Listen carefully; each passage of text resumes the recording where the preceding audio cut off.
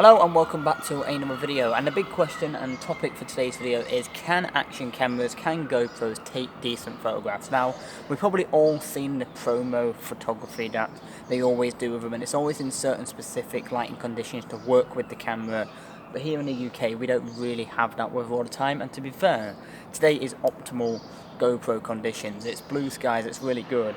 And I'm going to be seeing what photographs I can take with just this camera right here. It is the only camera I'm going to be taking photographs with today. And I'm going to really see, what does it take to take great photographs. If this is the only camera you have, what photography can you achieve? What photography can you take?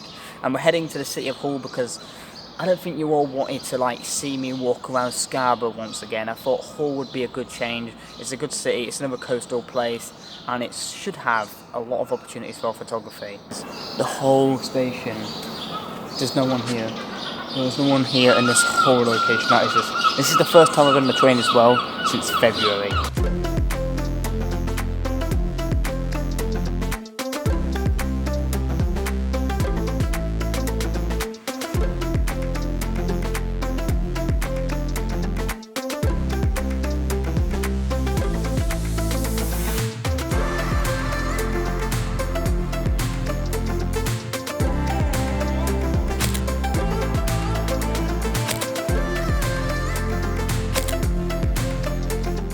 So a lot of people might already be thinking, well, of course you can take good photographs with a GoPro, but the big question is, can you take professional and great photographs? Can you take it that step further? How far can I push these? Can I put my same color presets on these types of images?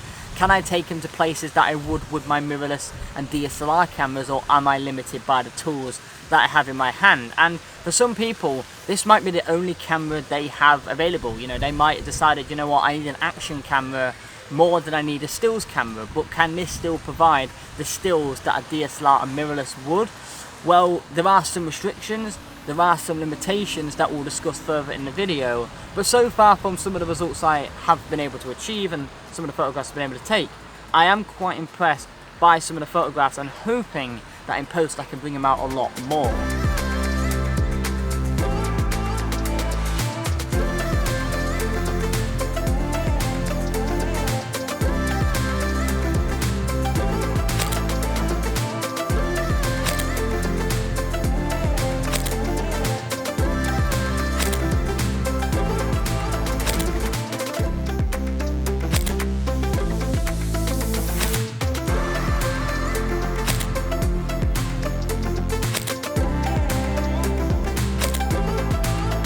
Something we also have to consider with these types of cameras is our composition. Now, this is a super wide lens and I'm shooting RAW at the moment, so it doesn't allow me to change the field of view. So when I get into Adobe Lightroom, I'm going to have to change that field of view to make it look more natural and more like a traditional DSLR mirrorless camera, or realistically just like a normal photograph, because when you see the photographs play back on this, it doesn't look right. It looks too wide, all the corners are distorted, even straight lines can be like nearly a curve, and it just doesn't look right, it doesn't look good. And usually in a situation where I've got this brilliant street right here, is I'd use maybe a 24 or 50, whatever millimeter I need to focus on just the corner right there, because that is where this focus is at. But with this one, I really can't do that because everything is going to be in the frame. So I have to really consider where I'm going to put my camera, what's the subject going to be, what's the lighting going to be like, because there's not many settings I can really change with this camera either.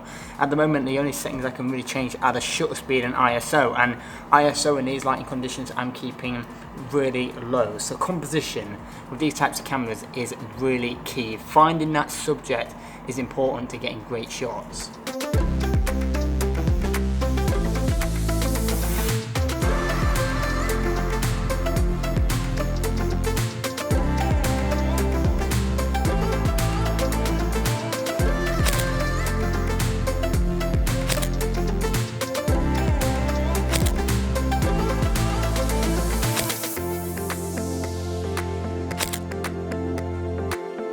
There's a few other things I forgot to mention about shooting with action cameras. Is obviously you are dealing with a lot smaller sensor, so this sensor won't be able to take in or get as much information as the Nikon Z6 right in front of me, because this is full framed, and this I think it's, I don't even know what this is. It's less than 1 inch sensor in here, but you know, if you work with the right lighting, if you work with the right locations, you can get really good photographs with it. And I think that really goes from any video. You know, even when I did the £30 camera challenge, which is in the eye corner right here, I was able to get some fantastic photographs with such a cheap camera. And often, a lot of the challenges I do is just things that I can set myself. So I thought today it'd be fun just to come out here and play with my GoPro and just see what photographs I can get, see how creative I can be. Because sometimes using less cheaper gear and using, you know, more basic and less advanced equipment than, you know, the mirrorless cameras and everything like that, sometimes it pushes your creativity a lot more, and from there you'll be even more creative when you pick up such a good camera, because then you have access to extra tools that will allow you to get even better photographs. So sometimes taking, you know, maybe a step back to make maybe 2 steps forward takes great advantages of your skill in the future and how creative you can be with a photograph. So I thought we'd mix things up a little bit during today's video. We are going to be looking through the hashtag CP photos right now in the middle of the video and see what work you have been creating. So let's have a look and see what we can find. First photograph that really caught my eye today was by Mox Photo, and this is a fantastic photograph. This sunset right here is stunning, and in the city everything about the combination of it all works. The colours was the first thing that caught my eye immediately. They're really eye-catching, really stand out. I also love the reflection in the water. You've got part of the colours reflecting in that water, really again adding to that colour, adding to that feeling, and as well the gradient background with the colours coming down is perfect and combines really well. So this is a fantastic photograph, buddy. I'd like to say keep up the brilliant work and thank you for using the hashtag. Our next photograph today is taken by Travel Geography Life, and this is a really nicely composed shot. I like that you haven't just focused on the landscape to make this a generic landscape shot with a river and a lake. You focused on yourself as well, that really reflects, you know, you embracing that beautiful nature, that beautiful environment, and really combines nicely together to create this shot. The saturation is perfect, the composition is really nicely done, and it really works as a landscape photograph. So I really can't add anything else here really. It's a fantastic photograph. Thank you for using the hashtag, great work, and keep it up.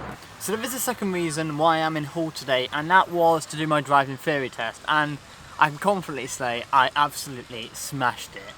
One of the easiest tests I think you can honestly do. One of them was like, one of the questions was hilarious. I actually burst out laughing. It was like, you have been blinded by someone who has put full beams on while driving. What do you do? One of the answers was generally put your hands over your eyes. It's like, it's just ridiculous. But anyway, I passed, and now the next thing for me is a car. Well, I've got to get my driving test done. Once I smash that, then I'll be able to drive wherever I want, do adventures wherever I want, and take you along with them. And also allows me to be more flexible with clients and finding more work, because that is one thing that is restricting as a content creator, is not having a car. So that's the next thing I'll be working towards as well, is a new car. But anyway, smashed it. So I think we should just continue doing some more photography.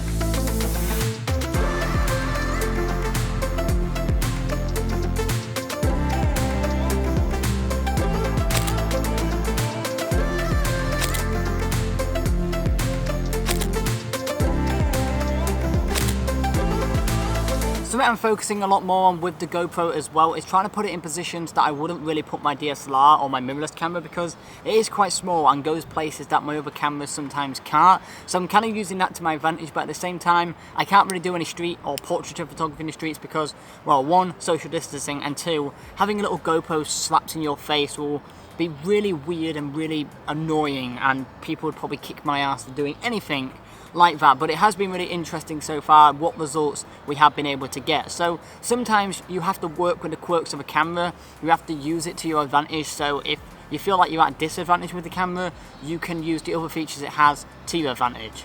Hopefully that makes sense.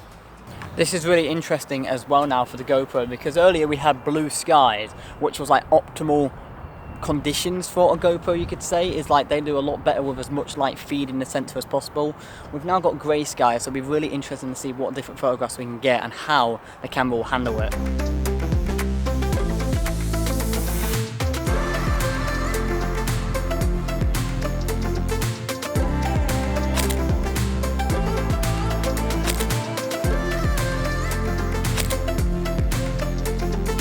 Something else worth mentioning as well, and I don't know if I mentioned it already, is shoot in manual mode. If you're going to be using like action cameras or any cameras like that, make sure you are shooting in manual mode, so you're utilizing all the settings you can at least change with the camera. So all the photographs I've been doing are with manual, so I mainly control the shutter speed to really determine, with the lighting, because it's the only setting apart from ISO I can really change, but there's no point in changing the ISO because on such a small sensor, that grain, that noise will really show up on a photograph. So really avoid and definitely try and use just the lowest ISO possible. It would be really cool though in the future. Imagine like an action camera with a aperture, like you could change an aperture on it. That would be so cool, because with these types of action cameras, everything's in focus, which is an advantage, but at the same time you can never get any shallow depth of field or any really nice separation between your subjects. It's a bit of a shame, but with tools, sometimes you have to work with what you have got, and I think today so far with the photographs I've been able to take, I've been able to do it really well.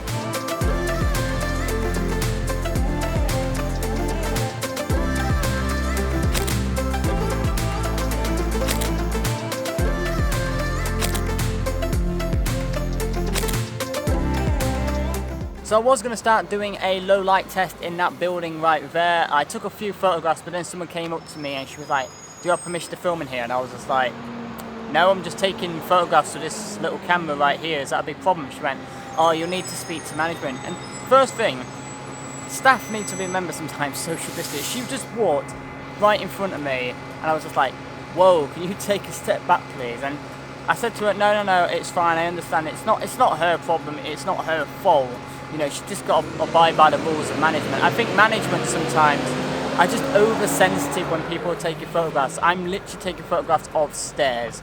But, the staff were doing their job, it's management that are a pain in the backside sometimes. But we did get a few photographs.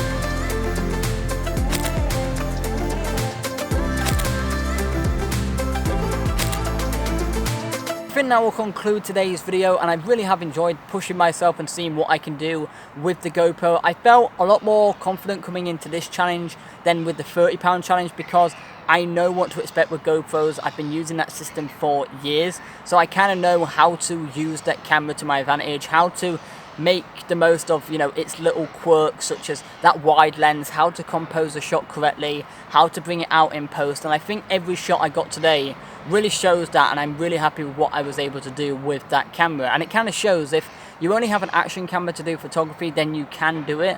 But I still think DSLRs and mirrorless cameras completely wipe the floor with GoPros for photography. But it has been a really fun challenge for myself, and I hope you have also enjoyed today's video. If you did, make sure you drop a like, and also if you have any photo challenge ideas for the future, please let me know in the comment section below. I'll be really interested to hear your thoughts. And finally, if you're not subscribed to the channel, please consider subscribing and turn on all the bell icons so you're notified for whenever I release a new video. And until next time everyone, take care, keep creating, and I'll see you in the next one. Bye for now.